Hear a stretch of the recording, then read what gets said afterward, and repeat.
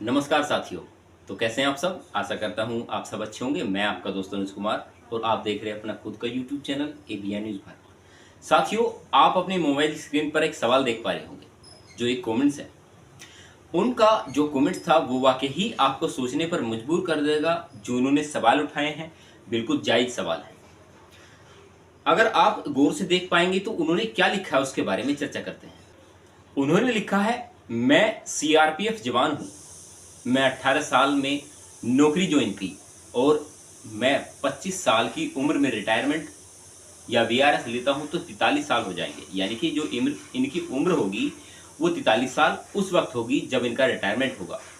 यानी कि 60 साल बाद अगर पेंशन मिल पाती है तो 17 साल का इंतजार करना पड़ेगा इन लोगों को। तो 17 साल तक अगर हमें यूपीएस के लिए इंतजार करना पड़े, यानी कि अपनी पेंशन के लिए इंतजार करना पड़े, यानी कि जो आपने जीवन भर की कमाई है उसको एक जगह फिक्स कर दिया। 17 साल आपको लगातार इंतजार करना होगा और उस पर भी आपको ये भरोसा नहीं रहेगा कि आखिर आपको पेंशन कितनी मिल पाएगी। जो इनके सवाल हैं ऐसे काफी लोगों के सवाल हैं। अब ठीक इसी के ऊपर आप देख पा रहे होंगे, क्या आप उन लोगों के ऊपर भी वीडियो बनाई या सुनाई जो 1998 वाले हैं? कृपया बताएं भैया जी।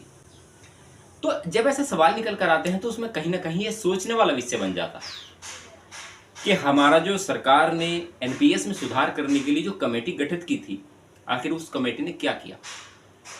क्या वो कमेटी जो गठित हुई थी, जब ओपीएस के लिए आप आवाज उठाते रहे कि आपने जो किस्से चलाए पुरानी पेंशन योजना पाने के लिए चलाए, लेकिन सरकार का जो मत था इसमें कहीं ना कहीं वो था कि पुरानी पेंशन योजना हम इस समय पर लागू नहीं कर सकते। ये सवाल हमारे सामने उठकर आया। उसके बाद लगातार धरना प्रदर्शन होते रहे। उसके बाद लगातार हमने वो चीज भी उठाई, यानी कि जब चुनाव वाला सीजन आया तो हमने वोट फॉर ओपीएस का एक अहम मुद्दा चलाया। उसमें लोगों ने काफी बढ़ चढ़कर हिस्सा लिया और लगातार भी मैंने देखा कि वोट फॉर ओपीएस के कमेंट्स आज तक मुझे मिल पाते हैं। आज तक मेरी वीडियो के अंदर जो आते हैं तो वो वोट फॉर ओपीएस को लेकर एक अहम मुद्दा चला हुआ है। जो मेरे तकरीबन मान लीजिए कि 4-5 महीने पहले एक मुहिम चलाई कि वोट फॉर ओपीएस, यानी कि ओपीएस के लिए वोट कीजिए, तो उसमें भी कहीं ना कहीं कर्मचारियों ने साथ दिया और आज तक उसी साथ को निभा रहे हैं। तो मुझे विश्वास है उन लोगों पर और मैं बहुत बहुत आभार भी व्यक्त करता हूं उन लोगों का जो मेरी इस मुहिम में मेरे साथ जुड़े हुए हैं। तो आप इस चीज को लेकर चलिए कि यूपीएस के लिए सरकार ने आखिर किया क्या है। ये कोई छोटा मोटा किस्सा नहीं है।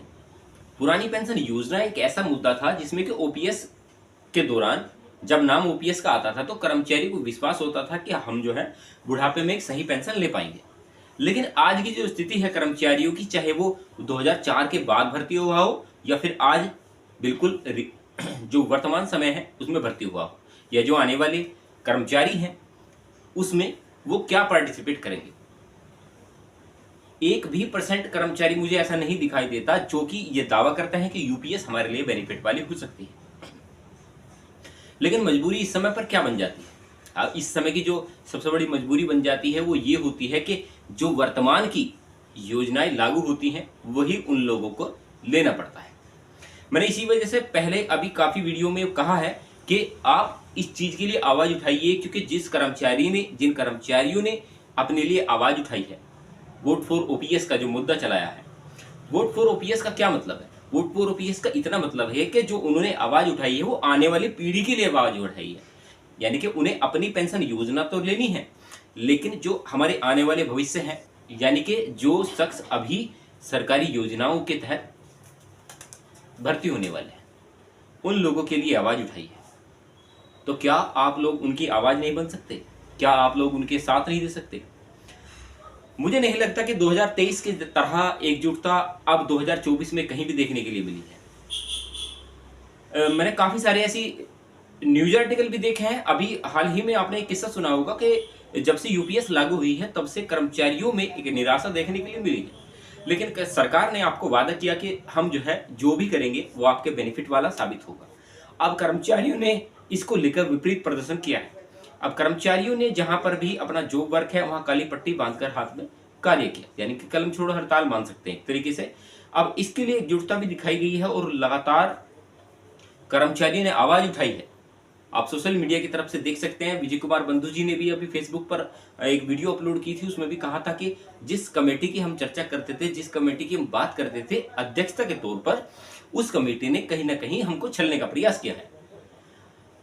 लेकिन एक तरफ अगर सरकार का मत देखते हैं तो कहीं ना कहीं वर्ष 1998 में जब एक कमेटी लागू की गई तो वो कहीं ना कहीं पुरानी पेंशन योजना को समाप्त करने के लिए की गई, जिसका परिणाम हमें वर्ष 2004 में देखने के लिए मिला। अब सेम किस्सा रहा जब एनपीएस लागू किया गया, ठीक है। उससे पहले के जो कर्मचारी थे वो ओपीएस ले पाते थे, लेकिन अब की वक्त के जो कर्मचारी हैं वो केवल एनपीएस ले पाते हैं। अब इसमें भी आपको वक्त चुनने का मिल सकता है। अगर इस सरकार एक डिमांड और रख सकती है आपके सामने, यानी कि अगर आप 25 साल की सेवा के बाद 50% पेंशन लेने का हकदार होंगे तो वो आप केवल और केवल यूपीएस के थ्रू ही ले पाएंगे। एनपीएस में कोई ऐसा प्रावधान नहीं है। 30-35% आपको पेंशन मिल पाती है। बहुत से लोगों को 20% भी है। मैं ये नहीं कह रहा कि 30% या 35-40% मिलती है, 30% से भी बहुत कम मिल पाती है। एनपीएस के तहत बात करता हूँ।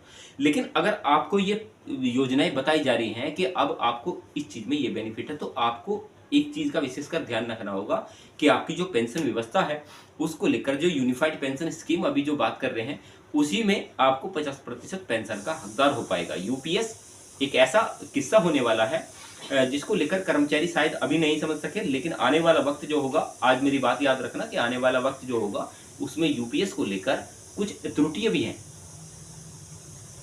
तो वो जब तक इस बात को समझेंगे तब तक आपको यूपीएस मिल चुकी होगी। अभी मैंने कल वाली वीडियो में, पिछली वाली वीडियो देखना मेरी, तो उसमें काफी सारे राज्यों के बारे में जिक्र किया है जिसमें यूपीएस लागू है, जिसमें एनपीएस लागू है, जिसमें ओपीएस, यूपीएस, एनपीएस सब कुछ लागू है। तीनों योजनाओं के बारे में बात की। अब सबसे अहम जो किस्सा चलता है वो केवल वहीं आकर समाप्त हो जाता है, कर्मचारियों को लेकर। अब मुझे नहीं लगता कि यूपीएस जो सरकार ने आपके सामने जो स्कीम रखी है वो कहीं भी आपके लिए बेनिफिट वाली साबित हो सकती है, क्योंकि मेरा जो इसमें सवाल, मेरा खुद का सवाल जो बनता है वो केवल इतना बनता है। सबसे पहला सवाल तो वही है कि जो वीडियो की स्टार्टिंग में मैंने दिखाया कि पेंशन योजना को ऐसे नहीं डिवाइड करना चाहिए कि जब उसकी पेंशन योजना 60 वर्ष की उम्र से चालू हो। आपने देखा होगा आर्मी नेवी में कुछ ऐसे या कुछ फोर्सेस में ऐसे कर्मचारी भर्ती होते हैं जिनकी उम्र 18 से मात्र 24 वर्ष के बीच की होती है। इतनी उम्र की सीमा ही रखी जाती है। अगर वे 25 साल की नौकरी करते हैं तो वाकई ही इनका जो कहना है 43 साल, 40 साल, 35 साल भी, इतनी उम्र में, इतनी कम उम्र में उनको रिटायरमेंट मिल जाता है। तो क्या अब वो व्यक्ति 60 साल तक इंतजार करेगा अपनी पेंशन पाने के लिए? अब इसमें जो सबसे बड़ा झोल है वो मुझे लगता है कि पुरानी पेंशन योजना की तरह ही इन सभी टॉपिक को एक अवधारणा के तौर पर लेना चाहिए, ना कि 60 साल की उम्र का। अब 60 साल की उम्र पर पेंशन सरकार आपको देगी, जो जीवित रहेंगे उनको देगी, लेकिन जो व्यक्ति उस समय पर जीवित नहीं रहेगा तो उसकी जो पेंशन राशि है या तो उसके परिवार को 60% मिलेगी। फैमिली पेंशन की बात कर रहा हूं। अब आती है फैमिली पेंशन की बात। जब सारा किस्सा निमट गया तो अब केवल और केवल फैमिली पेंशन ही बच पाती है हमारे पास। अभी मेरे पास एक अजीब सा कमेंट्स है, उन्होंने कहा कि आपको पेंशन योजना के बारे में नहीं पता, कर्मचारियों को दुख नहीं पता। कर्मचारियों का दुख अगर मुझे नहीं पता होता तो मैं 1 साल या 1.5 साल से लगातार इस टॉपिक पर रिसर्च कर रहा हूँ और लगातार इस चीज के बारे में नॉलेज दे रहा हूँ आपको। तो इस चीज को लेकर अब चलते हैं फैमिली पेंशन की तरफ। उसमें अगर आपके परिवार का यानी कि पति हो या पत्नी हो, उनमें से किसी को भी पारिवारिक पेंशन के तौर पर केवल और केवल 60%, अब 50% का पेंशन आपको दी गई, ठीक है। 1 लाख रुपए आपकी सैलरी बनती है, उसमें से 50,000 रुपए आपको मिल पाएंगे। अब उस 50% को 100% मानते हैं, उन 100% में से 60% आपकी फैमिली पेंशन बन पाएगी। यानी कि कितना हुआ, 60% का हिस्सा निकाल कर देखेंगे तो लगभग 32,000 रुपए के आसपास आपकी पेंशन मिलेगी। एक अनुमान के तौर पर बता रहा हूँ, इतनी नहीं मिल पाएगी, एक अनुमान या अंदाजे के तौर पर मैं आपको बता रहा हूँ। अब उस फैमिली पेंशन का हम क्या करेंगे? अगर पति पत्नी दोनों नहीं रहे तो केवल 25% पेंशन आपके जो बच्चे होंगे, माता पिता होंगे, उनको मिल पाएगी। तो ये कैसा प्रावधान बनाया है सरकार ने, कहीं ना कहीं आपको झोल वाला विषय रखा है। 25 साल सेवा करने पर तो आपको 50% पेंशन है, लेकिन 10 साल, 15 साल, 20 साल, 22, 30 या 22-20 साल नौकरी की आपने और किसी कारणवश आपने अपनी जॉब छोड़ दी, वीआरएस ले लिया, या फिर कोई एक ऐसा हादसा हो गया कि आपको अपनी नौकरी छोड़नी पड़ेगी, तो आपको मात्र 10,000 की पेंशन मिलेगी। ये कैसा नियम है? ऐसा नियम नहीं होना चाहिए। तो सरकार को इन सभी टॉपिक के बारे में सोचना चाहिए। मेरा जो विचार है, विमर्श है, वो मैंने आपको बता दिया। अगर आपके मन में कोई सवाल इसको लेकर निकला हो तो आप वीडियो में कमेंट्स करना, क्योंकि आप ही का चैनल है और आप ही लोग इस चीज़ को सपोर्ट करें, चैनल को सब्सक्राइब करें और वीडियो को ज़्यादा से ज़्यादा शेयर करें। जैसे भी कमेंट्स आएंगे उनको देखने की इच्छा करेंगे, और जो अच्छे कमेंट्स आते हैं आप लोगों से मेरा विनम्र निवेदन है कि उन लोगों के कमेंट्स को शेयर करें, लाइक करें। सबसे ज़्यादा मुझे तभी अच्छा लगेगा जब आप वीडियो में कमेंट्स करते हैं और उन कमेंट्स पर अच्छे खासे भर भर कर लाइक आते हैं। चलिए साथ में मिलते रहेंगे आपसे ऐसे ही नॉलेजेबल मुद्दे के साथ। चाहे अगर आपके मन में कोई सवाल हो तो आप वीडियो में कमेंट्स करें। तब तक के लिए नमस्कार, जय हिंद, वंदे मातरम।